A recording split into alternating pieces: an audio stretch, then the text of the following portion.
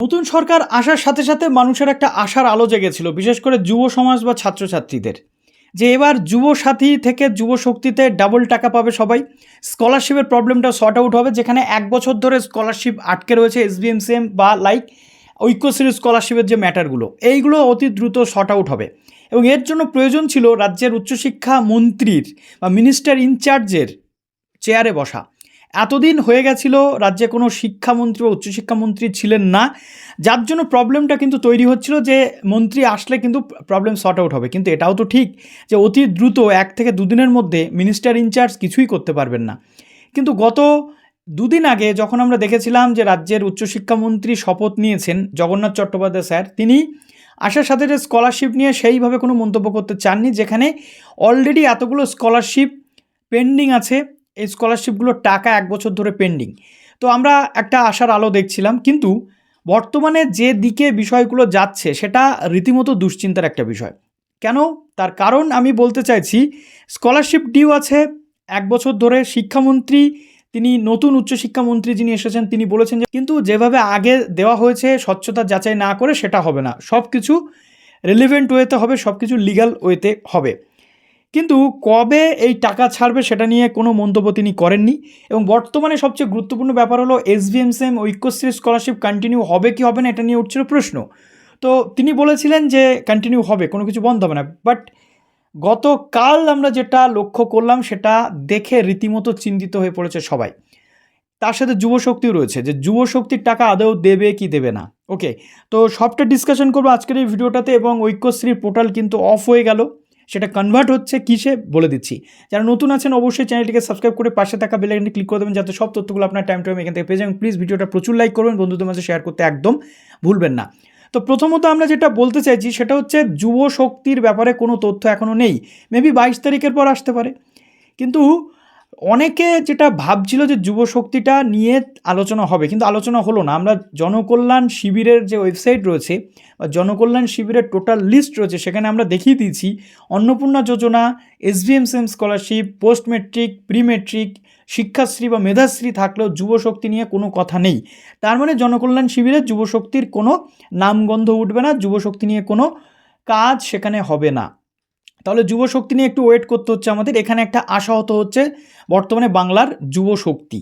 ওকে, এবার প্রশ্ন হচ্ছে যে আজকের ডেটে দাঁড়িয়ে যেখানে ঐক্যশ্রী কয়েক লাখ ক্যান্ডিডেটরা পেত, মাইনরিটি ক্যান্ডিডেট যারা ছিলেন তারা পেত, সেই সমস্ত ক্যান্ডিডেটদের ভবিষ্যৎটা কী হবে? অলরেডি যারা অ্যাপ্লিকেশন করে রেখেছে রিনিউয়াল কী করে করবে? কেননা ওয়েবসাইটটাই খুলছেন। এবং এই যে ঐক্যশ্রীর টোটাল সিস্টেম, যেটা 1 থেকে 8 পর্যন্ত যে জায়গাটা ছিল সেই জায়গাটাকে তুলে দেওয়া হয়েছে, এবং ঐক্যশ্রী পোর্টালে নতুন সংযোজন কিন্তু করা হয়েছে। ঠিক আছে, এক তো ওয়েবসাইট বন্ধ হয়েছে, ঐক্যশ্রীর যে এসভিএমসিএম স্কলারশিপটা ছিল সেই জায়গাটা কিন্তু বন্ধ করে দেওয়া হলো।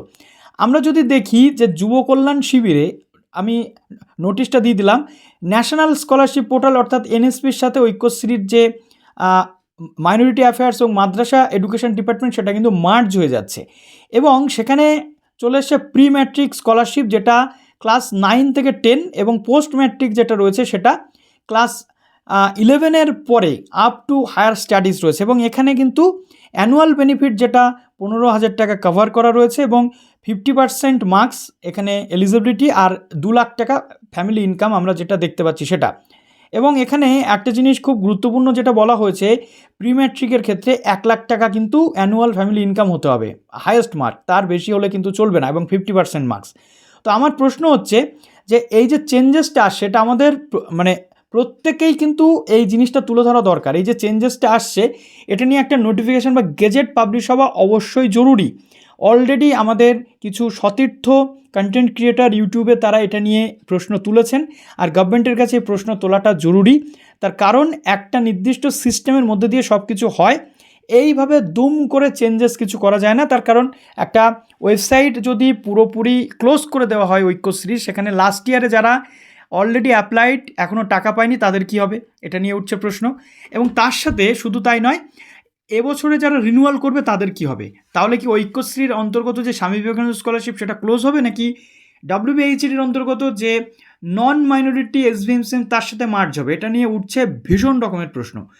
এবং সোয়াংসো আমি যদি বলি SBMCM এর বর্তমানে কি হতে চলেছে সেটা নিয়ে উঠছে প্রশ্ন, অর্থাৎ Swami Vivekananda merit coming scholarship যেটা রয়েছে নন মাইনরিটি স্কলারশিপ, সেটা নিয়েও কী হবে, এখন তার টাকাও পেন্ডিং, সেটা নিয়েও কোনো প্রশ্ন কিন্তু কেউ তুলছে না।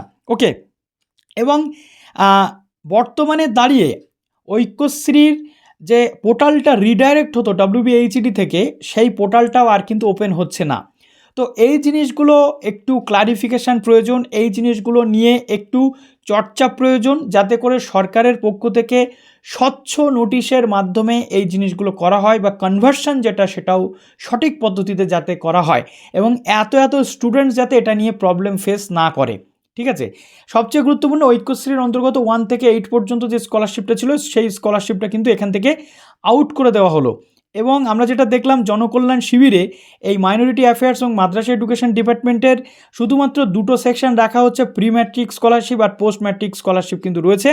আর এর সাথে রয়েছে প্রধানমন্ত্রীর যে একটা স্কলারশিপ, সেটা আমি আপনাদেরকে বলি, যেটা টেকনিক্যাল এডুকেশন বা এই যে বিষয়গুলো রয়েছে তার সাথে কানেক্টেড। ওকে, তো এখন আমাদের যেটা প্রশ্ন সেটা কিন্তু খুবই ক্লিয়ার, যে এই জিনিসগুলো কবে ঠিক হবে, বা এই নিয়ে কবে আমাদের সামনে সঠিক তথ্য আসবে, যে তথ্যটা এখন পাচ্ছি না আমরা, এবং স্টুডেন্টসরাও এটা নিয়ে যথেষ্ট দুশ্চিন্তার মধ্যে রয়েছে। ঠিক আছে, স্টুডেন্টসরা যথেষ্ট দুশ্চিন্তার মধ্যে রয়েছে। আশা করব গভর্নমেন্টের পক্ষ থেকে এটা নিয়ে অতি দ্রুত ক্লারিফিকেশান যাতে আসে, এবং এই স্টুডেন্টসগুলোর যাতে কোনো সমস্যা না হয়। তো এই পর্যন্ত রইল ভিডিওটা, এবং তোমরা এই ভিডিওগুলোকে প্রচুর শেয়ার করো, যাতে মানুষের মনের মধ্যে থেকে এই জিনিসগুলো নিয়ে একটু নড়ে চড়ে বসে মানুষ, এবং এই জিনিসগুলো জানতে পারে। তো চলো ভিডিওটা এখানে শেষ করলাম, ভালো থেকো সবাই, বেস্ট অফ লাক।